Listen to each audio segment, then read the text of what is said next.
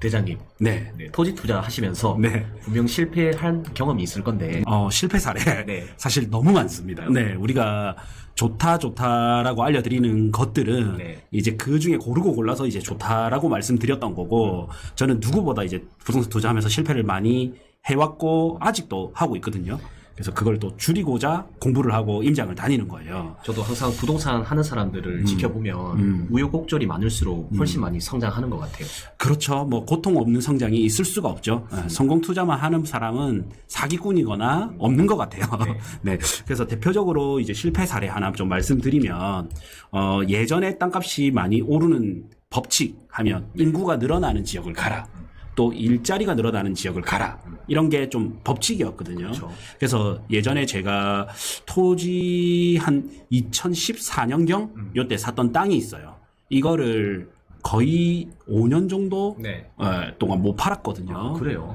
그래서 겨우겨우 팔아가지고 본전책 건지고 나왔어요. 아, 본전에 그래도 팔긴 했네요. 네, 마지막에 결국에는 그래서 왜 그랬는지 알려드릴게요. 궁금합니다. 네, 자 그래서 여기 기장을 예시로 보겠습니다. 저희가 사실은 지역이 많은데 과거에는 또 제주도도 많이 다니고 세종시도 다니고 이래 많이 다니고 있죠. 네. 근데 기장이 이제 특징이 딱 있기 때문에 설명하기 좀 너무 좋아요. 그래서 뭐냐면 자 우리가 지적 편집도로 이래 보면 자 여기 크게 설명을 드리면 여기가 이제 관광단지예요. 네. 오시리아 관광단지고 여기가 일강 신도시예요. 그리고 요 위로는 일자리예요. 그래서 일자리 여기는 주거지. 그 다음에 여기는 관광. 관광도 근데 일자리죠. 네. 예, 여기도 일자리입니다. 우리는 그냥 놀러 가는 곳이지만 요 관광 산업에서 올라오는 경제 효과가 장난이 아니거든요. 그러면서 이제 여기 고속도로 2개. 외곽순환 고속도로, 그 다음 불 고속도로, 그 다음에 또 크게 하면 이제 뭐가 있습니까? 일강역이라는 철도교통, 그 다음에 국도 2개 이렇게 있죠. 네. 그러면서 예전에 어떤 게 있었냐면 요 동네 있죠. 요 동네, 뭐 요런 동네. 요런 동네가 주거지, 관광지 가까운 동네잖아요. 네. 요런 데가 땅값이 얼마 정도 했냐면 싼 데가 250 평당, 비싼 거는 500 정도 했습니다. 네. 한 2014년 정도에. 근데 요 위로 올라오면요. 요 위로 요런 데 있죠.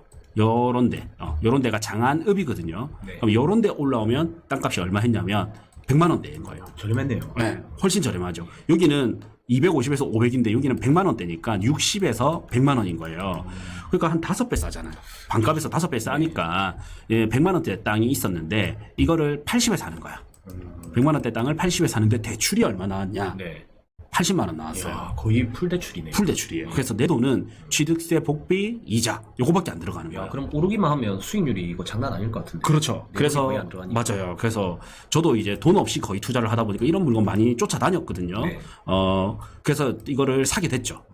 사게 됐는데 그 뒤로 문제는 이제 안 팔리는 거예요. 그래서 왜 안 팔리냐면 여기 보세요. 이제 산단이 있죠. 네. 여기 산단이 있습니다. 이 산단 인근에 이런 땅들입니다. 이런 산단 인근에 이런 땅이기 때문에 산단 인근에 이런 땅들은 뭘 하면 좋겠습니까? 산단 인근의 땅이면은 보통 뭐 식당이나 아니면 산단 협력업체, 창고, 공장 이런 거 지을 수 있는 땅 네. 이런 게 좀 좋지 않을까요? 맞죠. 네. 그래서 기장에 옛날에 열풍이 뭐냐면 전원주택이 열풍이 있었습니다. 지금도 뭐 전원주택 많이 그렇죠. 찾는데 네. 그래서 똑같은 어떻게 보면 녹지 지역이에요. 똑같은 예를 들면 로드뷰로 이래 본다면 이런 농지나 산지 있죠. 이런데 네네. 똑같은 이런 농지 산지인데 여기는 좀 바다가 보이긴 하네요. 똑같은 농지 산지인데 여기 주거지 옆에 전원주택은 인기가 좋은 반면 공업지 옆에 네. 땅들은 수요가 정해져 있는 거예요. 그래서 일단 공장, 뭐 창고 네. 이런 거는 뭐 괜찮겠죠. 네. 근데 전원주택지는 조금 안 맞죠. 네, 그렇죠. 그래서- 공장 옆이라서. 저 밑에는 바다뷰 전원주택인데 네. 여기는 공장뷰 산단뷰 전원주택 네. 이게 안 맞는 거야. 그래서 저는 싸기 때문에 80에 사가지고 네. 80에 사서 80 대출 받고 이거를 100에서 120에만 팔면 감정가가 100만 원이었거든요. 네네. 그러니까 대출이 80%에서 80만 원 나왔던 거예요. 2014년경에는 박근혜 정부에서 빚내서 집 사라였거든요. 네. 그래서 빚내서 집 사라가 대출 규제를 풀어주다 보니까 빚내서 건물 사기 좋고 빚내서 땅 사기 좋았어요. 그래서 매매가에 최소 70% 80% 대출이 나왔던 거거든요. 이율은 그때 또 저렴했겠네요. 저렴했죠. 예. 그래서 어떻게 100에서 120에만 팔아도 나는 단타 치고 나와야지 이런 생각을 했는데 그 뒤로 계속 안 팔리는 거예요. 그래서 왜 안 팔리냐 보니까 사는 사람 입장에서는 산단뷰 전원주택지 혹은 산단 근처 음식점 네. 혹은 산단에 가까운 공장 창고 이런 용으로 쓰여야 되는데 일단 산단뷰 전원주택지는 안 맞죠. 네. 그러면 이제 공장 창고가 돼야 되는데 맞죠? 그러면 공장 창고를 하기에 여기 이미 빈 땅들이 아직도 빈 땅들이 있습니다. 명내 산단 안에도. 그러면 여기 공업 지역으로 지정된 곳에 공단들은 이미 혜택을 많이 주거든요. 이미 기반 시설도 다 닦여 있습니다. 네. 그래서 로드뷰를 이래 보면 자, 요렇게 딱 그냥 지어 올리면 끝이잖아요. 이런 빈 땅들. 네. 지으면 끝이죠. 기반 시설이 다 돼 있어요. 기반 시설이라는 거는 도로, 상하수도, 전기 이런 게 다 되어 있단 말이에요. 근데 내가 만약에 요런 데 공장 창고를 하고 싶다. 요런 땅에. 그러면 내가 기반 시설을 내가 직접 해야 되잖아요. 예. 그리고 여기는 녹지 지역이기 때문에 100평 땅이 있으면 20평밖에 못 지어요. 네. 근데 여기는 공업 지역이기 때문에 100평 중에 60평을 지을 수 있잖아요. 그러면 땅값이 3배 이상 차이가 나거든요. 효율 가치는. 우리 공장 창고를 뭐 4층, 5층 안 짓잖아요. 그렇죠. 예. 대부분 이거는 이제 안에 다른 거고 네. 다 1층으로 저층 중심입니다. 층고 높게 해서. 그러니까 건폐율이 중요한 거예요. 보면 요게 만약에 100만 원이라면 요런 땅이 100만 원이라면 여기는 300 하더라도 건폐율이 똑같단 말이에요. 근데 요게 100이면 요게 200이야 쉽게 말하면. 네. 2배 정도밖에 차이가 안 나. 효율성은 3배 차이인데. 그러면 당연히 산단 안에 공업 지역 안에 공장 창고를 하는 게 낫죠. 그러면 요런 데에 공장 창고를 할 사람은 굳이 요 땅을 찾지 요 땅을 안 찾는다라는 거예요. 그러니까 수요가 되게 그쵸. 이제 보세요. 전원주택 안 맞다 했고 공장 창고 지을 사람 안 맞다 했죠. 안을 먼저 가야 되는 거지. 근데 경기도나 김해나 공장 창고가 커지면서 강서구나 부산 강서구나 공장 창고가 커지면서 땅값이 오른 사례가 분명히 있단 말이야. 네. 근데 여기는 왜 안 되냐? 거기는 그 경제가 활성화되면서 그 산단 안에 공장 창고가 이미 다 찼어요. 그래서 이게 요런 빈 땅이 없다 보니까 주변으로 퍼지는 거고 여기는 아직까지 안에 빈 땅이 있었단 말이야. 그 2014년이면 10년 전이잖아요. 그렇죠. 훨씬 더 많았겠네요. 네, 지금보다. 훨씬 더 공터가 많았던 거지. 그러면 이 수요가 충분히 여기가 다 차줘야 이쪽으로 퍼지는데 여기가 다 차야 여기로 퍼지는데 이 빈 땅들이 아직도 많다 보니까 그러니까 산업에 대한 수요가 작았던 거죠. 결국 전원주택 안 되고 공장 창고 안 돼. 네. 그럼 이제 음식점을 해야 되는데 강 장군님이 만약에 와이프랑 네. 혹은 친구랑 음식점에 뭐 국수 한 그릇을 먹는다 네. 하더라도 여기서 먹겠어요? 아니면 신도시 가까운 쪽이나 바닷가 가까운 쪽, 하천 가까운 쪽 이런 데 먹겠어요? 그러니까 제가 공장 직원이라서 빨리 먹고 가야 되면 근처에 먹겠지만 사실 동부 사는 이제 와이프랑 놀러 오는 곳이잖아요. 그렇죠. 그러면 바다 쪽에서 먹죠. 저는. 네, 바다나 산세가 좋거나 아니면 뭐 하천이 보이거나. 네, 아니면 이쁜 건물이 지어져 있거나. 그렇죠. 네. 그래서 요 산단 근처에서는 아까 뭐 이제 흔히 말하는 우리 점심 한 끼 식사 이런 정도밖에 안 돼. 네. 가격도 좀 싸야 되고. 그렇죠. 그래서 여기는 이 공장들을 대상으로 크게 좀 다수로 대량으로 판매를 해야 되는데 이 정도 또 규모 공장들은 안에 또 구내식당 이런 게 있잖아요. 있죠. 그러니까 또 이것도 좀 안 맞아. 네. 그래서 셋 다 안 맞았던 거예요. 네. 그러니까 조금 일찍 들어간 면도 있네요. 일찍 들어간 것도 있고 저는 제일 큰 거는 싸다고 들어갔지 내 입장에서 생각을 했지 이거를 다시 사주는 수요자 입장 생각을 전혀 안 했던 거예요. 너무 중요하죠. 그래서 결론적으로는 어떻게 됐냐 이게 여전히 120 정도예요. 내가 80 주고 샀는데 시세는 100이었다 했죠. 아직 안 올랐네요. 그러면. 20% 올랐어요. 20%. 10년 정도 지났는데. 그럼 다른 데는 엄청 많이 올랐는데 예. 여기는 덜 올랐네요. 네. 덜 오른 게 아니고 거의 안 오른 거죠. 마찬가지네요. 왜냐면 나는 여기가 오르려면 조건이 딱 한 개입니다. 여기가 꽉 차야 됩니다. 더 있어요. 그래야 여기까지 퍼지입니다. 예. 예. 근데 이게 다 찰 때쯤에 여기에 산단 지정이 또 되잖아요. 네. 그러면 요거는 또 후순위로 또 밀려요. 후순위로. 그래서 싸다 그러면 요 안은 괜찮아 했을 때 여기 보면 반용산단이 있죠. 네. 여기가 동남권 의과학산단, 장안산단, 반용산단 이렇게 있거든요. 반용산단이 여기 산단들이 위치가 되게 좋아요. 왜냐하면 장안 IC에서 바로 들어올 수 있잖아요. 네. 옛날에는 이 도로가 없었거든요. 그리고 여기 IC가 없었었어요. 근데 여기 IC도 만들고 여기 도로도 직통도로도 넣었단 말이에요. 그러면 여기가 굉장히 접근성이 좋죠. 그리고 여기 일하시는 분들은 요 뒤로 오면 원래역 있고 요 앞으로 오면 자천역이 있습니다. 그러면 역 2개 끼고 있고 그 다음에 고속도로 끼고 있고 국도 이렇게 양쪽 다 끼고 있죠. 너무 좋잖아요. 네. 그러면 여기 땅은 또 괜찮아 했을 때 상승률은 되게 낮아요. 그냥 이거는 실수요자들이 공장을 바라보고 가는 거예요. 이런 거 바라보고.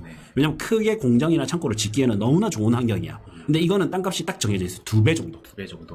분양가 대비 2배 정도 오르고 나면 그 다음 3배, 4배 가려면 산업군이 그만큼 더 몰려와야 되는데 그 정도까지는 우리 부산의 경제가 그 정도까지는 안 맞춰져요. 약하죠. 예. 사실 부산하면 관광, 물류지 이런 게 조금 약해. 예. 그래서 나는 일이 잘 되더라도 네.